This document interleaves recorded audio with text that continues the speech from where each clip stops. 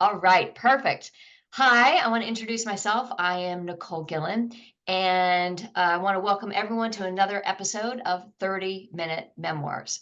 For those of you who have not been here before, I am a former IT executive, spent about 35 years in the corporate world, and decided to take a step back and revisit everything when, unfortunately, one of my children became sick with schizophrenia. So as a result, I wrote a book and realized in this process how caregivers and families do not have a voice in this space and are woefully unrepresented in terms of all the things they have to go through. So what I do is I interview folks that we're going to talk about today with Chuck and Jody, and understand their world, understand their perspective, understand the challenges they've had, but also to talk about moments of victory and success despite all these challenges. So what I want to do is I'm going to go ahead and share my screen so that I can just ground everybody in the right concepts. So as I said, this is a 30-minute chat, and I mean it, right? Like we don't wax on for 45 minutes or an hour, and it is a fireside type chat. So we're going to just talk back and forth. I want to introduce Chuck and Jody Geisel. This is some of the content they provided me, which I just absolutely love, because you know what? At the end of the day, Chuck and Jody are just like all of us. We're just, people out there trying to do the right things, trying to work, provide for our families, and have a normal life. But the reality is given everything that they've done, both in their professions and their personal life, when they adopted their daughter at 3.5, and well, they fostered her at 3.5 and then adopted her at 5. Unfortunately, a number of years later, found that she was diagnosed with schizophrenia as well. So in a second, I'm gonna turn this over to Chuck and Jody so that they can talk about their story, so they can really introduce themselves. And then afterwards, what we're gonna do is we're gonna focus on a couple of concepts. And a lot of this sort of is foundationally based on trust between their daughter and Chuck and Jody, and trust between doctors and mental health care professionals and Chuck and Jody. And what does that mean in terms of the legal things we have to have in place to be effective caregivers? So it should be, I think, a really interesting conversation. Very excited. So I'm going to go ahead and stop sharing my screen so everyone can see your beautiful faces. And why don't you guys talk to us and tell us a little bit about your story? Good. Well, we wanted to, of course, adopt a child, and Kaylee came into our lives, and everything was great. At about age 16, probably, we started noticing her sparkle was just gone, and she just was acting differently. And we thought, wow, I guess teenage girls are going to be a lot harder than a teenage boy. And that's really what we thought at first.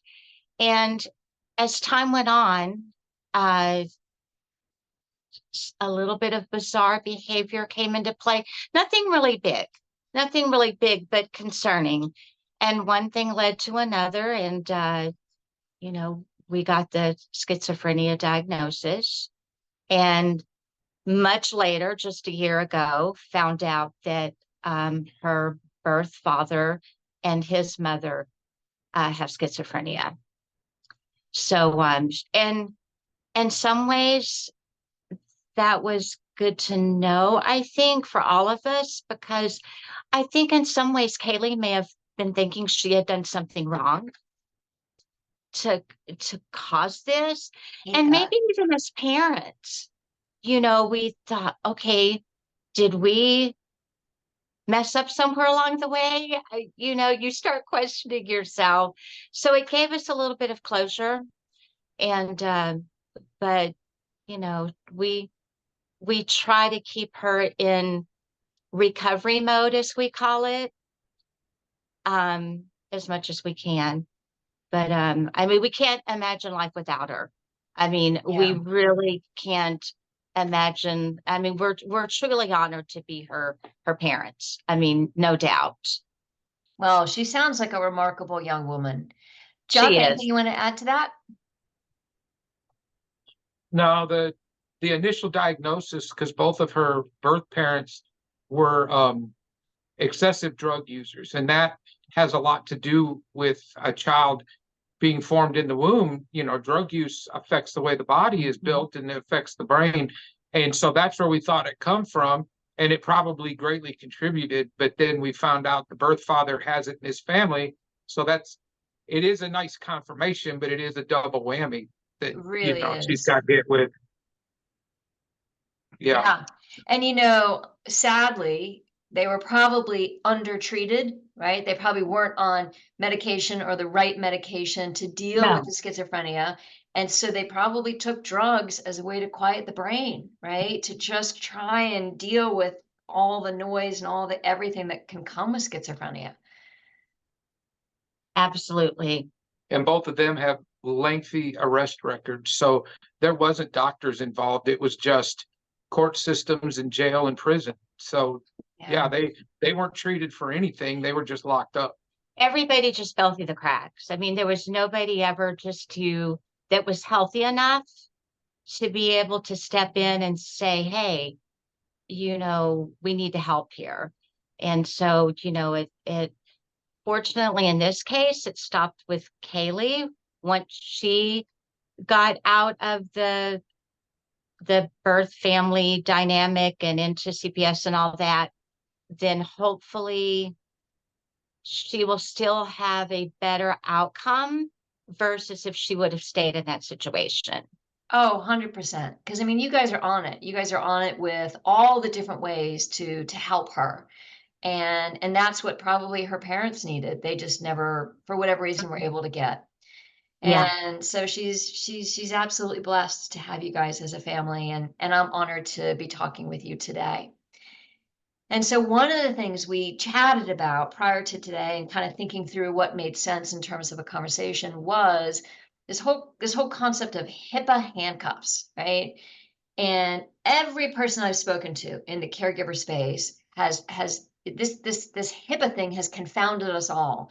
And as a result, doctors won't talk to us, nurses won't talk to us, case managers are in this awkward position, and it's just a nightmare. Talk to me about how this has hindered your daughter's journey.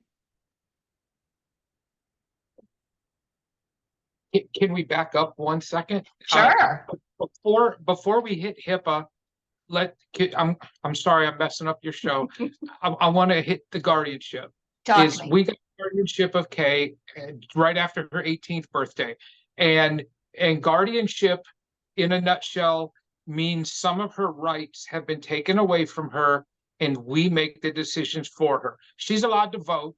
She's allowed to have a child, but she's not allowed to get married without our permission.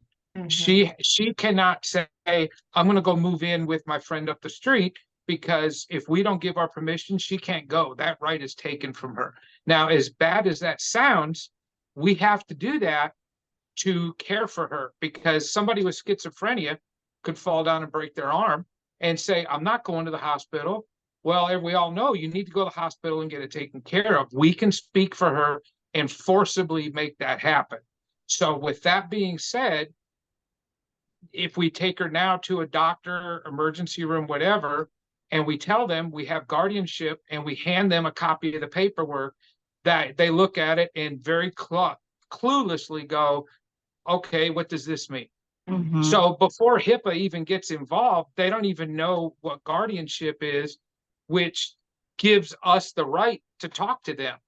And then you have HIPAA, which all that is a legal way for them to say, if I can't talk or deal with the patient, I'm not going to deal with anything, and they're not going to talk to us. So in my opinion, and if I'm wrong, I apologize, both things are kind of connected, because the guardianship's a good thing for Kay, and it lets both of us look out for her. But in a way, it's useless, because you go to a doctor or the emergency room and they go, so what's this? What am I supposed to do with You it? still have to explain it. Yeah, you have to explain, and you hand it to them, and it's renewed every year. And we're in Texas. It's renewed every year through our county courts, and we're in a local hospital, and they just, okay, what am I supposed to do? They have no clue.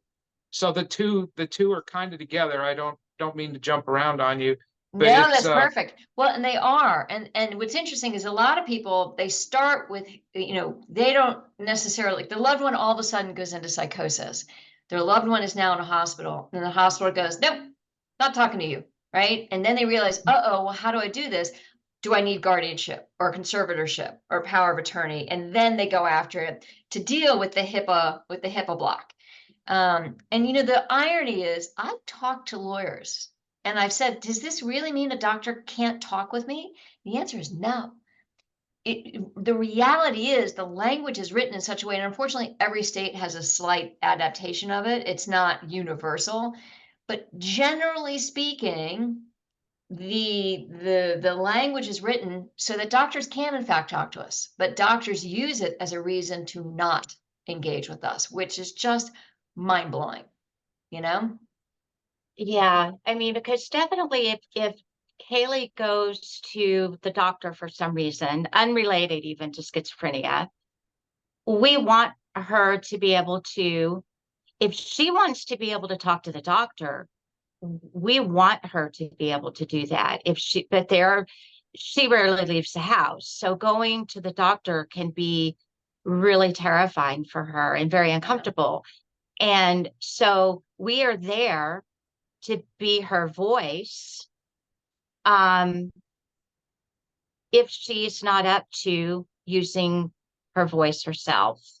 Yeah. And so and she has found it really helpful to take notes before she goes to the doctor. She has a journal that she writes in with any questions, and that helps her be more comfortable. But we're right there to be her voice. But people get hesitant to talk to us though, because she's 23. And so, they're like, well, she's 23. Well, yes, she is, but because not only do people not understand guardianship, but people really don't understand schizophrenia and what all that entails either. It's not just hallucinations and delusions. It's anxiety, social anxiety, fear of being around other people, leaving the house, the whole bit. Yeah. Chuck, were you and about to say something? Yeah. I'm just gonna say she'll write in her journal a couple of questions that she wants to ask the doctor, and almost every time, whether it's her psychiatrist or wherever we go, she'll walk in and we'll say, and the doctor will get to a point and say, okay, what do you have any questions for me? And she will open the notebook and hand it to me or my wife and say, well, you read it. She won't even say the words, but because we have guardianship, we can say the words and we can be present for the answers. And yes, they'll throw HIPAA out there, and then we show them the guardianship paperwork, and we haven't had a big fight about it, but they always roll their eyes and they're like, okay, whatever, you can stay. And it never fails when they come around and ask about the payment. Well, she doesn't get it, so it comes right to me. So yeah, it's like they don't care about, they're glad to give it to me to sign, but to tell me what's wrong with her, they don't want to tell me. So yeah, sorry if I interrupted you. No, you're fine. I mean, it's so I still can't wrap my brain around it, because if this were Alzheimer's or dementia or Parkinson's or any of these other brain illnesses, doctors would be like, "Oh, come on in. Let's build a team. Let's build a plan. Let's do this together."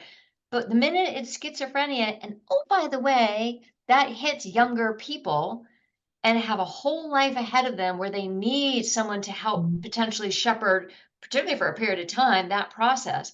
And doctors are trying to exclude us, and they don't value our input. They don't value our desire to engage. I will never be able to understand this. I know. We get it. So I know in Texas, there are some tough restrictions on how portable your guardianship is, correct? Is that right? Is that there's difficulty in going like out of your county, your state, or whatever it is with those papers? If we live in Denton County, if we traveled an hour away to another county, they have the option to not accept the guardianship paperwork. So if something would happen to her, they don't have to honor it. So it's just for our county. Well, and hopefully that wouldn't happen. Yeah, we've never had. Yeah. She doesn't leave the house, so we certainly haven't gone anywhere necessarily. But yeah, yeah, that's just the reality of it. So when I kicked off today's discussion, I talked about how a lot of this is foundationally based on trust. Trust between you guys and Kaylee, trust between you guys and the doctor. How did you foster that trust with her, particularly when she was in psychosis, to have her say, yeah, okay, take guardianship? Like, how did that happen? Well, it was heartbreaking for us. Thinking about this young girl who just turned 18, and here we are having to talk to her about what guardianship means. And we already had a good relationship with her. That's something that we always have had, with both of with all of our kids. And so we really approached it from the standpoint of, we want to do this to help keep you safe, to be able to legally be on your team when the big life things come. Mm-hmm. Because otherwise we wouldn't be able to be with her for the bigger life things. And we told her this has nothing to do with control. We were not interested. We are not controlling people, and we do not want to control her. And of course, that did come up with a concern for her, because she just turned 18. I don't want to be controlled.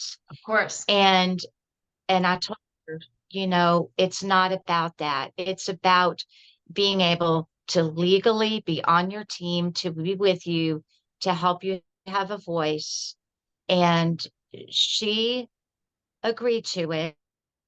We hopped on it pretty quickly once we got the neuropsychologist who tested her suggested the guardianship. Mm-hmm. And so we hopped on it pretty quickly, because we knew that our window was probably pretty small. And this may sound really bad, and I don't mean it to, but the more aware our daughter became about things, we were afraid that she would back away from it, and we would lose our opportunity to get her to agree, because we wanted her to agree under good circumstances, under trust. Yes. Yes. And we just felt like that if we waited too long, that we would just lose that window. And so it all happened beautifully. It was fine. It was heartbreaking, though, when she had to be what are they called, that they read the list of what the rights are. Yeah. And they had to read that to her.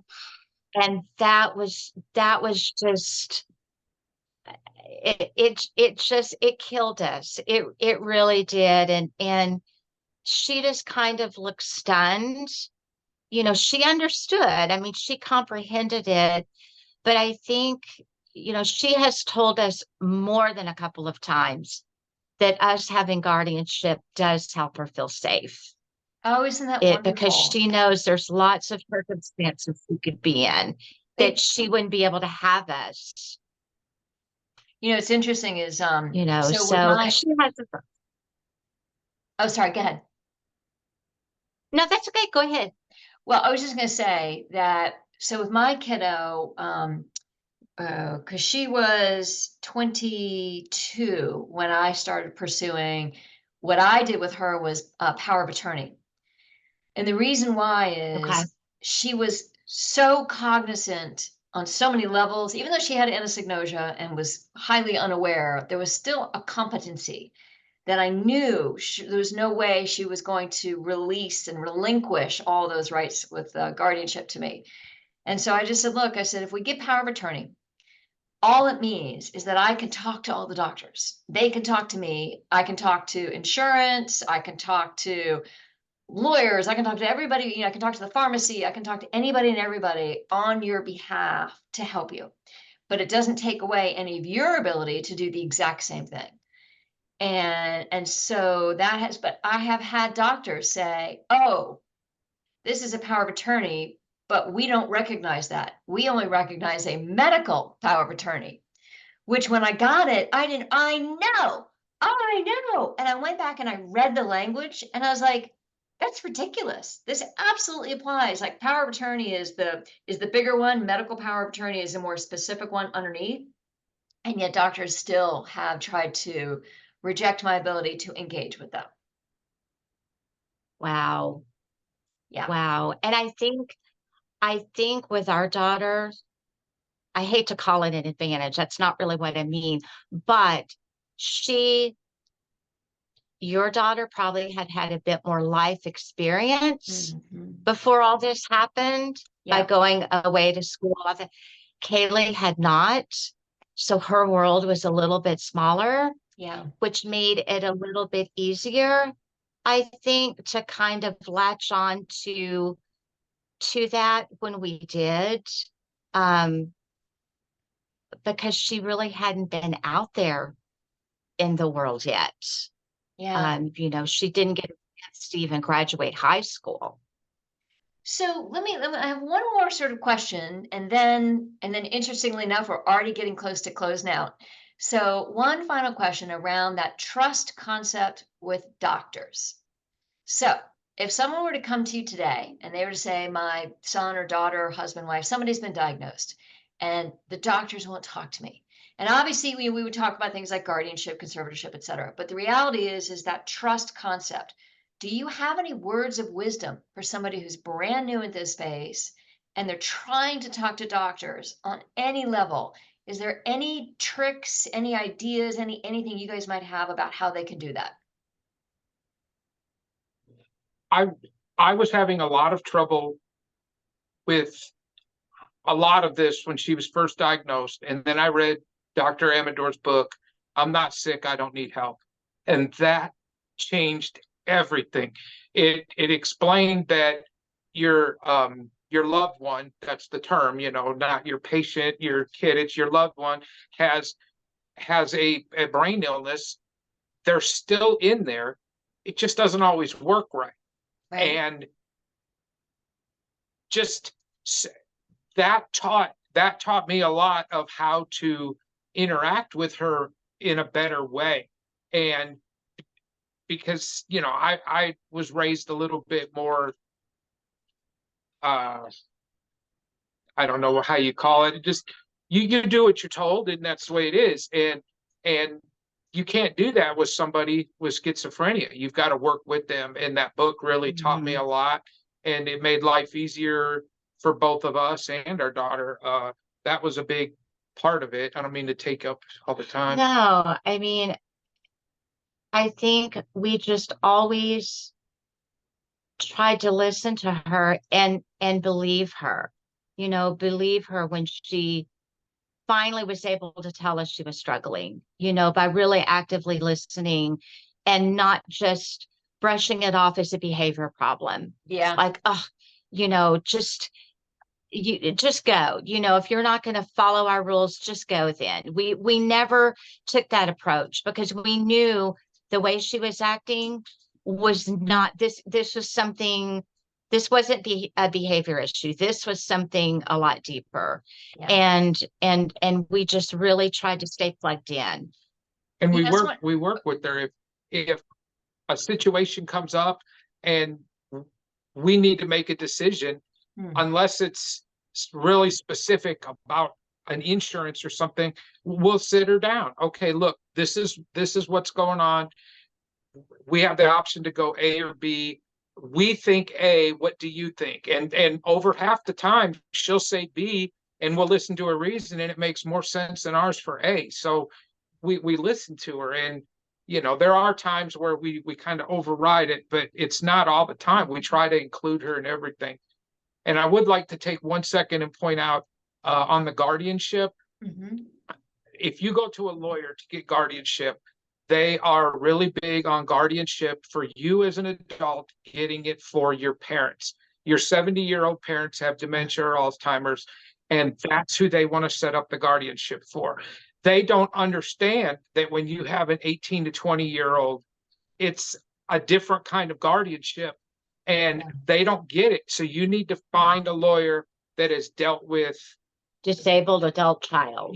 with guardianship for a child versus somebody with Alzheimer's or dementia. Or I'm not saying they're just different, and the lawyers are different, and they in their knowledge. Yes, they'll mess it up for you if you go the wrong route. So I just had to throw that was there. probably the hardest part, is finding a lawyer who understood that.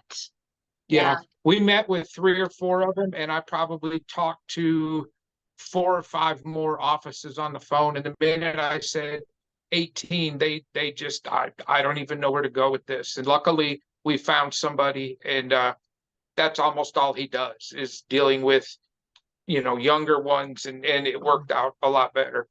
Because they have to understand a couple of things. They have to understand the sort of special needs aspect of this for a young person. They have to understand the medical system and how that's going to really play into this. And they have to understand that state law and federal law, right? So there's a lot of specialties involved in that all have to intersect to produce the right, approach. Yeah. And if they're going to set up guardianship, and this is all an example for a 70-some-year-old who now has dementia or Alzheimer's, well, they might have bank accounts and a house and a pension to deal with. How many 18-year-olds have any of that? They don't. Exactly. So there has to be different monetary things to look into. So sorry if I went off on you, but this is a platform to get that out there. So we have so much to say about so much. I know, right? And remember, I told you guys, I said, look, when we record this, that 30 minutes is going to fly by, and we're at minute 27. So, I mean, it's just because there's so much we want to talk about on any one of these subjects, and we're passionate about it because we are in the trenches fighting for our loved ones on every front. And just when we think we have a shield, like we have this document that's going to help us, and doctors are like, no, and it's just perplexing and frustrating and mind-blowing that it has to be this hard when we're just trying to help our loved ones. So, all right, so let's spin it on its head. One final comment, and I always ask everyone to end on a positive note. So, given where she is now, given where you guys are now, what's something that you think about that's positive as you guys move forward? Well, what I always try to keep on my brain is that charting a new course does not have to be bad. It's just different, because we are constantly charting a new course, and it doesn't have to be bad. It doesn't. It's just different. Everyone has their own version of a beautiful life. You have to create that for your circumstances. And that's what we try to keep. It's not always easy, but we really try to keep that in our heads. I love that. Yeah, I have something similar for my daughter, in that she has agreed to take some steps forward to deal with her social anxiety, to deal with the fact that her negative symptoms are just so overwhelming, but she's agreed to try to start to do things to try and mitigate that, and try to baby steps forward. But it's been 4 years, and she's now starting to do that. So for me, that's just, woo, I'm very excited. Yep, that's great. And use the Facebook groups. There's different schizophrenia caregiver groups and parent groups, and it helps to read these, because some of them you're going to read and you go, oh, these people are dead wrong, and then you can post a reply, and then other ones you read and go, oh my God, I'm so glad that's not me, and then you realize this could be worse. Oh yeah. And that might not be a happy note, but it puts it in perspective that I don't care who you are, somebody could always be better or worse. And you learn so much from other people. Yeah, you learn a lot. Yeah, no, that's true. I mean, finding your right support group people and path, right? Whether that's a like a support group where people get on phone calls or as you said through Facebook or there's chat rooms, there's all different ways, but finding that group that you can interact with where you feel like, okay, like that's an interesting strategy. That's an interesting idea. That's a terrible idea. Whatever it Yeah. might be. But you get all that perspective. I agree. Yeah, because there's days you'll read those posts and you'll say, I don't have the strength to finish reading this. And then there's others, you'll read the whole thing and go, oh, we already did this. So Yeah. sorry. Yeah. No, it's perfect. It is absolutely perfect. And so you guys, thank you. Thank you for sharing your story. Thank you for sharing your thoughts. You guys are just beautiful parents. And I hope you know that in your heart because I see it just in talking to you. So thank you. Thank you. Thank you for having us. All right.